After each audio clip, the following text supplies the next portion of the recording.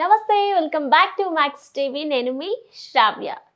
Present ఈరోజు మనతో పాటు ఉన్నారు వనితా భూషణ్ గారు. 8 years experience in pregnancy yoga, 17 years experience in health department. She did 84 normal deliveries with her own hands. మరి మేడంతో మాట్లాడి మరికొన్ని విషయాలు అయితే ఈరోజు వీడియోలో తెలుసుకుందాం. నమస్తే మేడం. నమస్తే శ్రావ్య గారు. మేడం, జనరల్గా మనం ఎవరింట్లో చూసినా ఫస్ట్ చైల్డ్కి సెకండ్ చైల్డ్కి చాలా డిఫరెన్స్ ఉంటుంది. కాకపోతే ఎక్కువగా అందరూ చెప్పేది ఏంటంటే సెకండ్ చైల్డ్ చాలా యాక్టివ్గా ఉంటారు, ఫస్ట్ చైల్డ్ కంటే సెకండ్ చైల్డ్ చాలా యాక్టివ్గా ఉంటారు, ఫస్ట్ చైల్డ్ ఉండరు అంతగా అని అంటుంటారు కదా మేడం.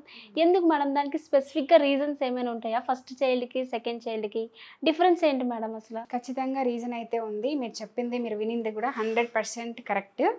ఏంటి అంటే ఫస్ట్ చైల్డ్ విషయంలో వాళ్ళ పేరెంట్స్ ఏంటి అంటే అప్పుడప్పుడే మ్యారేజ్ అవుతుంది. అప్పుడప్పుడే మ్యారేజ్ అవ్వడం వల్ల వాళ్ళ కలయిక ఎలా ఉంటుందంటే మ్యాక్సిమం హార్మోన్స్ బేస్డ్, అంటే ఫిజికల్ డిజైర్స్ తీర్చుకోవడానికి దాన్ని సాటిస్ఫై చేసుకోవడానికి కలయిక జరుగుతుంది. సో అక్కడ ఏంటి అంటే ఆలోచన ఉండదు, సైకలాజికల్గా ఏమీ ఉండదు. మెయిన్ పార్ట్ 90% వాళ్ళ ఫిజికల్ డిజైర్స్ ఫుల్ఫిల్ చేసుకోవడానికి మాత్రమే కలయిక జరుగుతుంది.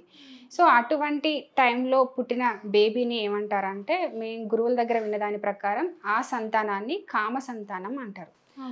వాళ్ళ కలయికలో అది మాత్రమే ఉంటుంది, ఎక్కువ పార్ట్ అది మాత్రమే ఉంటుంది. కాబట్టి అటువంటి టైంలో పుట్టే పిల్లలంతా కూడా యాక్టివ్గా ఉండరని చెప్పేసి, అంటే కొంచెం తెలివి తక్కువగా ఉంటారని చెప్పేసి మనం చూస్తూ ఉంటాం. పోలిక చేస్తూ ఉంటారు. పెద్దవాడు కొంచెం తెలివి తక్కువగా ఉన్నాడు, చిన్నోడు బాగా యాక్టివ్గా ఉన్నాడు అని చెప్పేసి ఉంటాం. మెయిన్ రీజన్ అది. వాళ్ళు అక్కడ సైకలాజికల్గా ఇన్వాల్వ్ అవ్వరు, ఓన్లీ ఫిజికల్గా మాత్రమే ఇన్వాల్వ్ అవుతారు.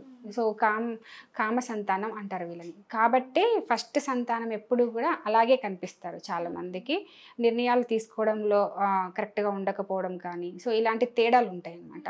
గ్రాస్పింగ్ పవర్లో కానీ బేబీకి, సెకండ్ బేబీతో పోలిస్తే ఫస్ట్ బేబీకి కొంచెం తక్కువ ఉంటుంది మ్యాక్సిమం.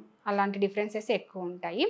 మనం సెకండ్ బేబీకి వచ్చేసరికి వాళ్ళకి అదంతా వెళ్ళిపోయి ఉంటుంది. అంటే సెకండ్ బేబీకి మ్యాక్సిమం 3 years అయినా గ్యాప్ పడుతుంది. వాళ్ళు పెళ్ళైన తర్వాత 3 years, అప్పటికి వాళ్ళు ఫిజికల్ డిసైడ్స్ అన్నీ కూడా ఫుల్ఫిల్ చేసుకొని ఉంటారు. అప్పుడు ఒక ప్లానింగ్లోకి వస్తారు. అంటే లైఫ్ అంటే ఇది మాత్రం లైఫ్ కాదు అని ఒక ఫైనాన్షియల్ ప్లానింగ్లో కానీ కొంచెం మెచ్యూర్డ్గా ఉంటారు. కొంచెం అనుభవం వచ్చి ఉంటుంది వాళ్ళిద్దరికి. ఒకరికి అర్థం అయ్యి ఉంటారు. వాళ్ళు మిగిలిన లైఫ్ని ఎలా లీడ్ చేయాలి అని ఒక ప్లానింగ్లో ఉంటారు. అన్ని విషయాల్లో మెచ్యూరిటీ వచ్చి ఉంటుంది.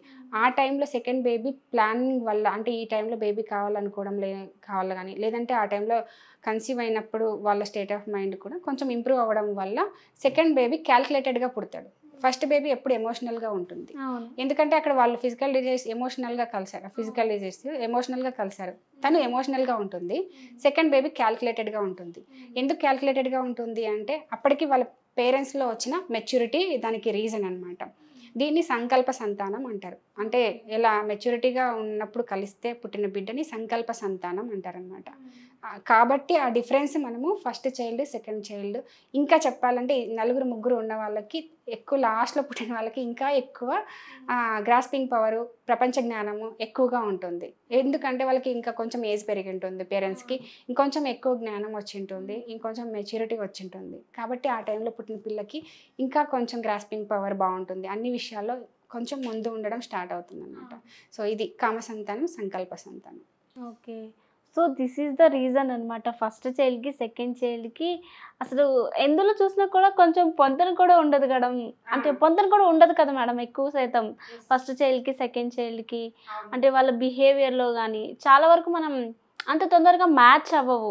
ఎందుకు అసలు మ్యాచ్ అవ్వదు, కొంచెం వరకు కాదు, అసలు మ్యాక్సిమం ఎక్కువ పాయింట్లు మ్యాచ్ అవ్వవు.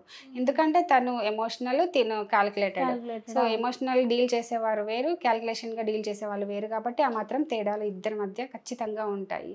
ఇంకా లాస్ట్ సంతానం అంటే వాడు ఇంకా 2.0 అన్నట్టు అలా ఉంటారనమాట. ఇంకా ఫస్ట్ చైల్డ్కి ఇది మధ్యలో ఇద్దరు ఉన్న చైల్డ్కి అస్సలు క్వైట్ ఒక జనరేషన్ గ్యాప్ ఉన్నట్టు ఉంటుంది వాళ్ళ ఆలోచన విధానంలో. దానికి రీజన్ ఇది. సో ఇది అన్నమాట మెయిన్ రీజన్. ఫస్ట్ చైల్డ్కి సెకండ్ చైల్డ్కి చాలా డిఫరెన్స్ ఉండడానికి మెయిన్ రీజన్ ఇదనమాట. సో ఎగ్జాక్ట్లీ మేడం, చాలా చక్కగా చెప్పారు. Thank you so much.